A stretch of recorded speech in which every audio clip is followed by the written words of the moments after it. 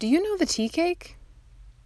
Etha Robinson, an educator, historian, and baker, is on a mission to teach the truth about one of the first pastries developed on American soil.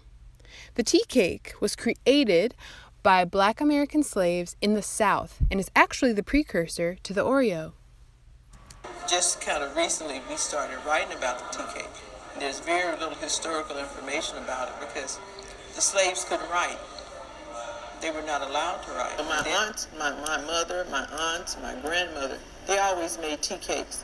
But I didn't see it in a cultural standpoint. Okay. It was just something that we ate, like we ate cornbread, we ate greens, right. We ate yams, we ate butter beans, we ate okra. It was just a part of the cultural food that we had. Right. You know, so I didn't necessarily understand that food was a part of a culture. As a young person, we were eating, we enjoyed the food, but we never saw it as anything that was important from a cultural standpoint, and didn't even probably understand what the word culture meant because we were at that time so busy trying to assimilate.